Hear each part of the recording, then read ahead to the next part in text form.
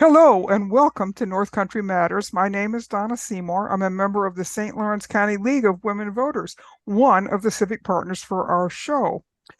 Today, my guests are all from St. Lawrence University. They are Professor of Mathematics Patti Frazer Locke, Charles Dana Professor of Mathematics Daniel Look, and Associate Professor of Psychology Megan Carpenter. They are all here to talk about the second year of Math and Everything program they are running this fall. Welcome to all of you. We have a lot to talk about in this show, so let's get ready to dive right in. Speaker. Patti Frazer Locke, can you get the ball rolling? This is the second year of the Math Association of America's Tensor Women in Mathematics grant, which you used to create the inaugural Math and Everything last year. This year, you're doing Math and Everything Point 2. Tell us who the program is for, what your goals are, and why this kind of event is needed here in the North Country. Fantastic. Thank you so much, Donna, for having us on the show. So we'll start with the goals. The grant from the Math Association of America had the specific goal of attracting more women to mathematics, to the mathematical sciences. And it was very broad. And so some of the other schools that received grants did very different things than what we ended up doing. We wanted to do an outreach event. And so we talked about finding ways to bring in women students. The MAA grant was specifically for women. I'll mention that. And so our goal was really not to present a lot of hard mathematics, but to show these students that math is ubiquitous across so many disciplines. And also, I should mention that we define math broadly. So we're talking really about the mathematical sciences here. And our department at St. Lawrence University is one of math, computer science, statistics, data science, and now cybersecurity. And so we have majors in all of those fields. And we wanted to introduce these women students to the broad range of things in the mathematical sciences that they could study. We also wanted to show them things that they might not see in the secondary school setting. So why is this kind of an event needed here? We're a rural area. There's no big cities really close by. So there's not a lot of opportunities for enrichment outside the classroom for the students in Northern New York. So we thought it was perfect here, and the Math Association agreed. Well, that's really exciting. And, math is fundamental and foundational to all of the sciences and really all of life. So getting people over math phobia is going to be very important in order for them to have these broad avenues to explore as they are in high school and they graduate and they either go to college or go out to the work world. They're going to need those skills, aren't they? Yes. So last year's event involved dozens of SLU faculty and about 200 high school girls. Give us a picture of how effective it was and how you plan to build on last year going forward, please. So it was, we didn't have a good sense for how it was going to go. And the numbers are a bit fuzzy. Some people showed up at the last minute without telling us they were coming. And so it's not exact. But we were amazed at how engaged these students were. I should mention that these are women students, is mostly grades 9 through 12, but we had some 7th graders and up come to last year's event. And they were just fully in, right from the very beginning. They were engaged, they were excited. The poor bus drivers were trying to drag them out at the end of the day because they were talking to us and they wanted to stay and ask questions about all the things they'd seen. And then after the fact, we heard from students directly, but we also heard from teachers. We also heard from principals. We heard from counselors, and we heard from parents about the excitement that these students had left the thing with. And so there was no question that we were going to do it again because they seemed to find it transformational, some of them, and we loved it. So there was no question we were going to apply, and we got the grant again. Well, teachers love to teach, and it doesn't matter how who you're teaching as long as you have an engaged student. And I'm so glad to hear that it was open to a wide range of ages, because the younger you get them, the better prepared they're going to be to use those skills later on. So we've seen the gap between boys and girls in STEM classes during COVID widen after several years of them actually shrinking. And COVID, of course, disrupted schooling everywhere. So this program that targets girls is going to help to narrow that gap. So let's find out a little bit more about the nuts and bolts of the conference. How do students get picked for math and everything? And do they have to be chosen by their school, or can they self-select? So that's a good question, and it actually depends on the school. So we sent emails to 25 schools, all 18 schools in school districts in St. Lawrence County, and then 7 or 8 actually outside of that, where we had connections with some of the people at the schools. And we told the teachers that they could bring anyone they wanted. And in fact, women students. And in fact, we went more than that. We said we don't just want the usual suspects, right? Don't just bring the top students. We want any students that you think might benefit from that. And that was important to us, that we get students who may not have thought of themselves as math students before. And so the email went to teachers and counselors and principals at the different schools. And then they did it different ways. I think some of the teachers selected the students. I think others kept it wide open. And we were fine with all of that. And the number of students that they brought varied widely also. So it was really teacher selected within some constraints that we had given. You know, you make a really good point about that, because so often these kinds of extra opportunities seem to only go to a certain type of student. I think in the school's minds is we want to make sure that the person is going to represent us well, perhaps. And they don't always think about some of the other kinds of kids who really need these extra opportunities in order to have that door open. So I think that's great that that was your goal and that so many young people were able to take advantage of it. So you know that a critical part of any day-long event like this is setting the stage. Describe for us the keynote. I know you presented it last year. Who's on tap for 2025? So I'll start by saying that President Kate Morris welcomed everyone at the event last year. And then my keynote was about fair division. It was called I Want My Fair Share, or Math and Government, Math and Public Policy. And it was about voting theory and weighted voting theory, like in the Electoral College, and gerrymandering, which is really relevant right now, right? And it was great fun. We got the students doing some gerrymandering of their own on little pieces of paper. So this year, Lisa Torrey, who's a professor of computer science here at St. Lawrence University, is going to talk about math and AI. Math and large language models and ChatGPT and all the other ones out there. So we're really excited about that. Yes, and I know Lisa has been very involved in voter registration and voter Yes. education there on the campus. So that's a nice complement to what you talked about last year. Daniel, look, let's switch to you.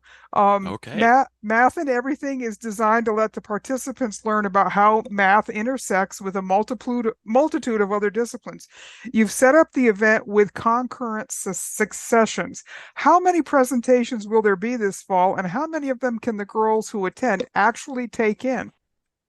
That's a good question. So the number is still being determined. We're seeking volunteers and reaching out to people, but it looks like it's going to be actually more than it was last year.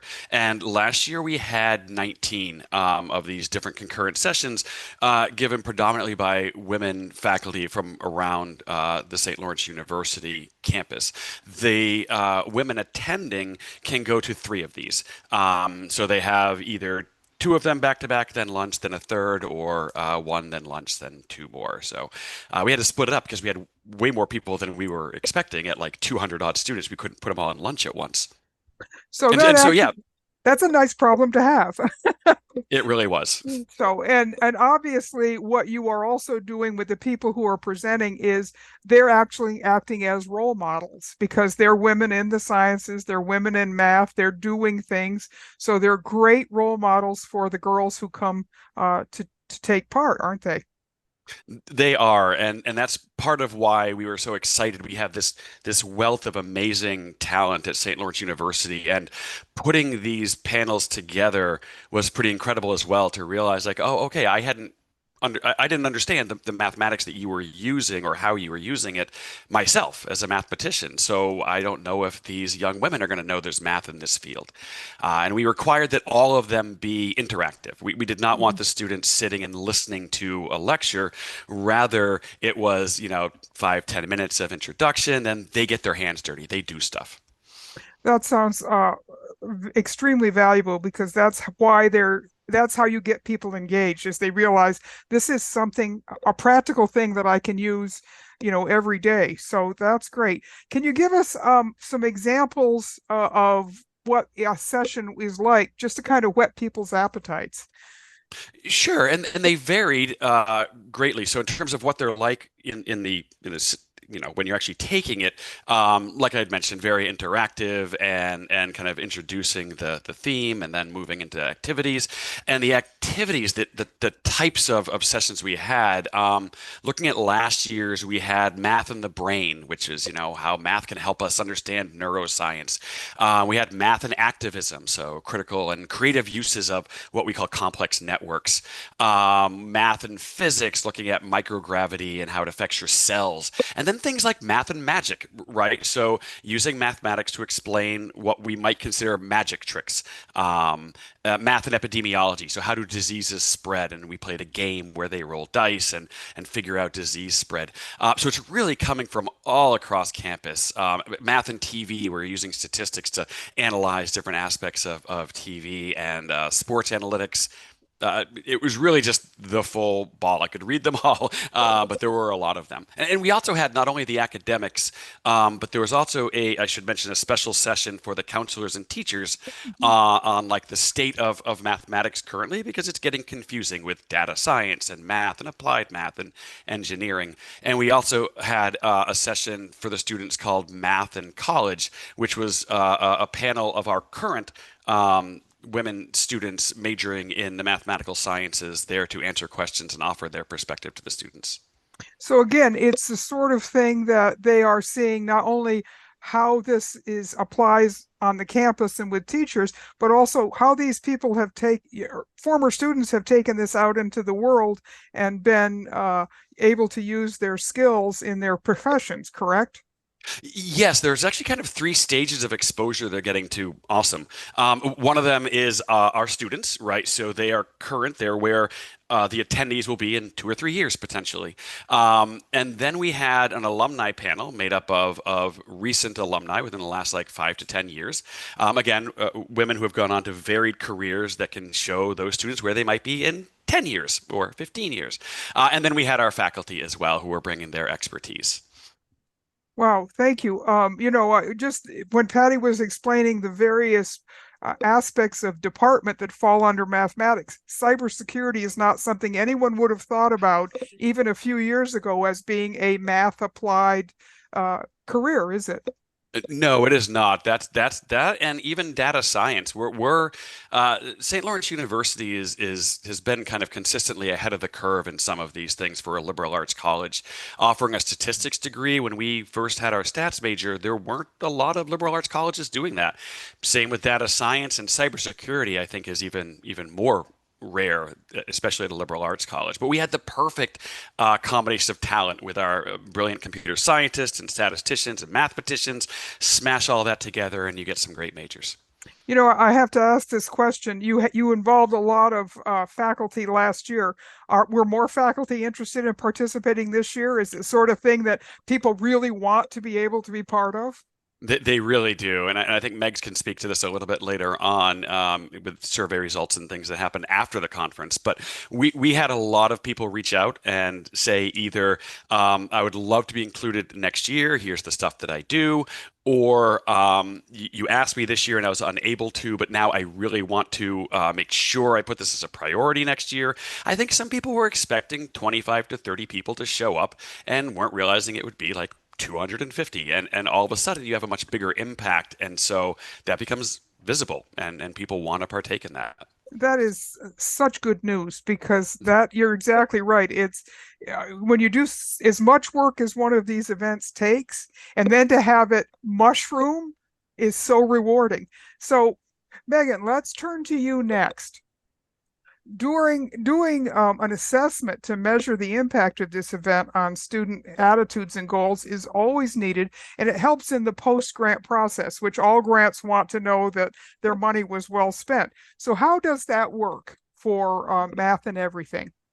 Absolutely. So, of course, we have the goals from the grant agency where we are trying to draw more young women into math related programs. We're trying to drum up their interest in math and also potentially change their curricular plans, right, for higher education. So we approached this in sort of a two-pronged way, where when students came to us in the morning before the program began, we had them fill out a survey telling us a little bit about their current math attitudes coming to us and telling us about their plans for after graduating from high school, whether that was pursuing higher education or a vocational program or just entering the workforce.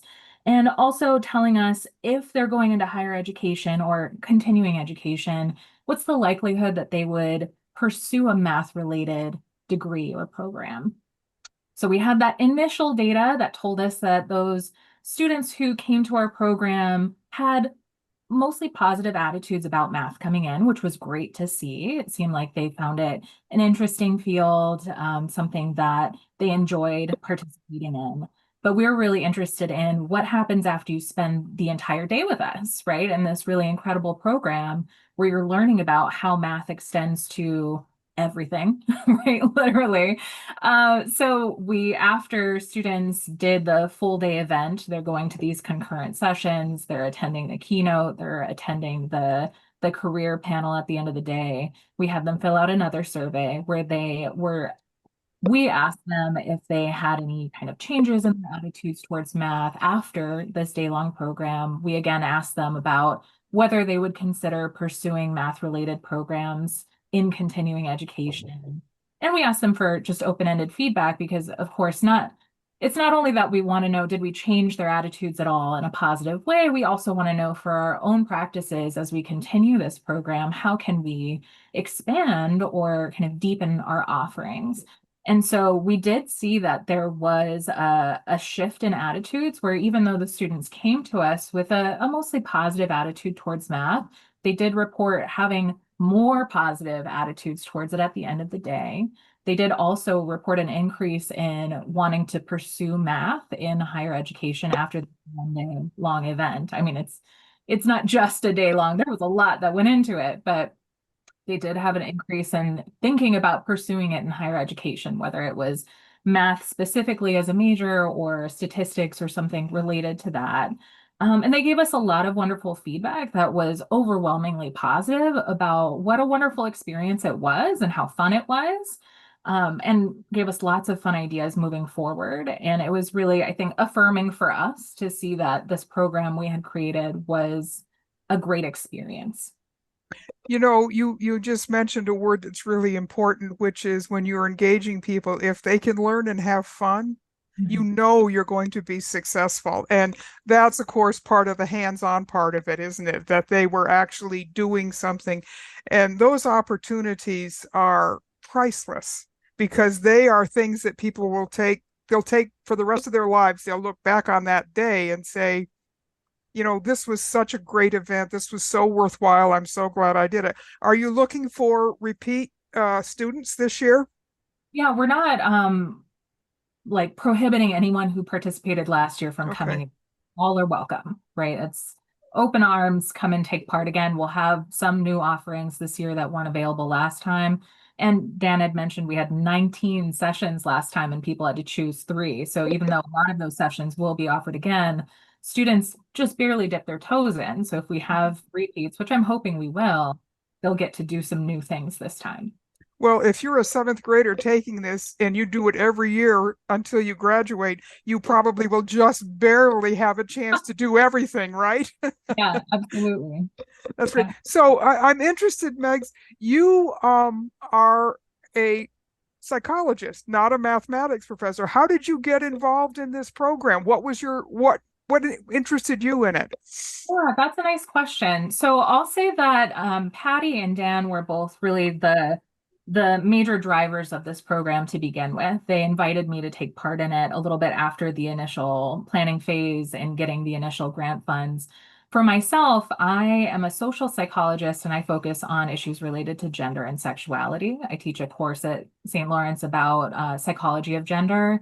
And as a psychologist, I'm also really interested in attitudes and perceptions and how we can change those, right? Especially when it comes to things like gender equality, for example. And I know in my own teaching, we do talk a bit about how for young women, there's this very strange paradox that happens with math classes where even when young women might be outperforming men in terms of grades, they think they're doing worse than men are, right? So even when the grades don't show those disparities, just the attitudes and perspectives do.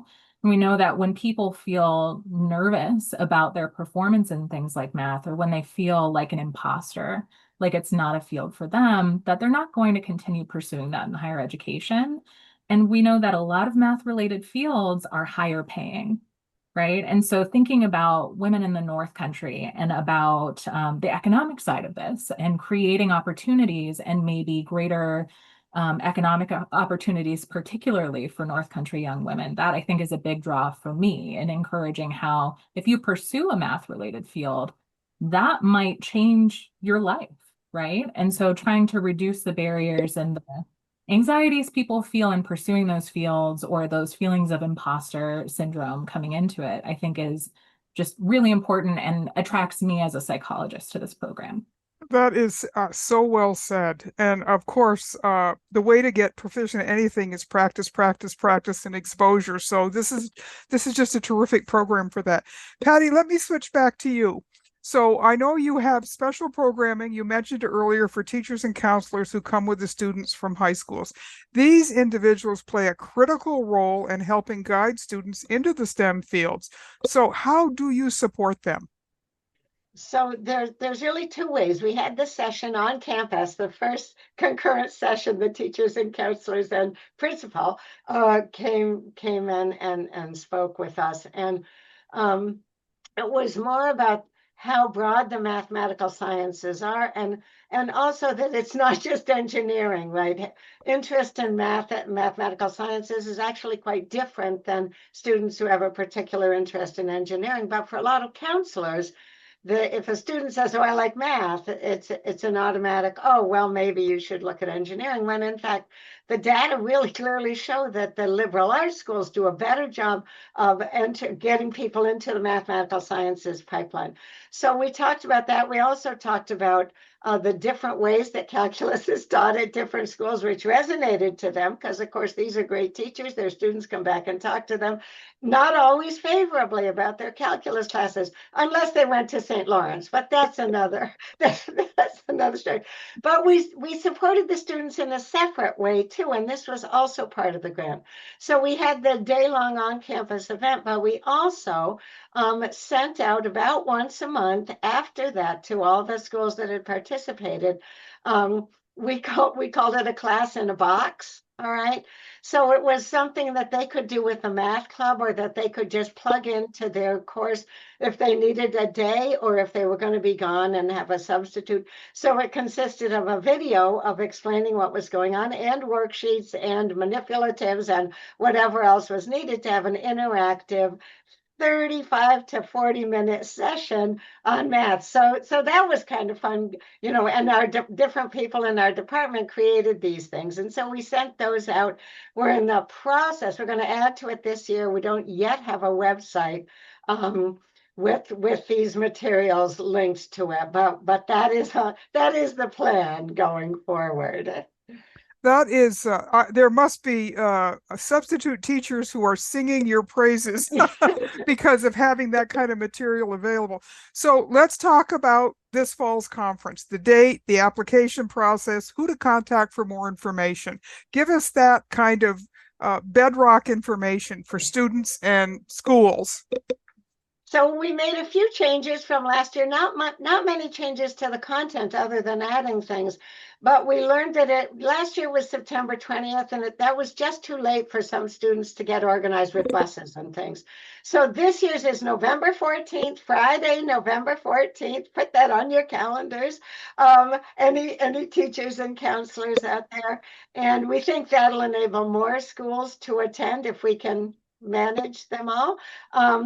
And they should, I think my name is on the screen probably now as I speak. And my email is plock@stlawu.edu. They can contact me. If they forget who to contact, just contact the Department of Mathematics, Computer Science, and Statistics at St. Lawrence University. It will get to us. And I've already sent out an email to a lot of teachers, counselors, and principals. But anyone who's listening to this, if you're interested, please reach out, and we are happy to share all the information with you. I can't thank the three of you enough for the work you have done, for the enthusiasm you have shown for this program, and for the outreach that you are doing to these very, very critical students who need to be exposed to this kind of thing. This is just terrific. I am so impressed by this, and I'm going to mention it to my senior granddaughter here at Potsdam that she should take advantage of it. But truly, this is a program for everyone, because math, as you say, is part of everything. And you have done such a wonderful job. I'm certainly hoping that the second year is going to lead to the third and the fourth and the fifth, because obviously you have found a winning combination, folks. Thank you so Thank much. you. Thank you so much. Well, thank you. So we will get your contact information out to people, Patti, in the video. And again, thank the three of you for the work you're doing and for being willing to come on and talk about this show. I'm so impressed, and I know our viewers will be too. So thanks again. Thank you. So these conversations are a production of North Country Matters. This show is a civic collaboration between the St. Lawrence Valley League of Women Voters and the Potsdam Public Library. Until next time, remember, our North Country matters, and so does math.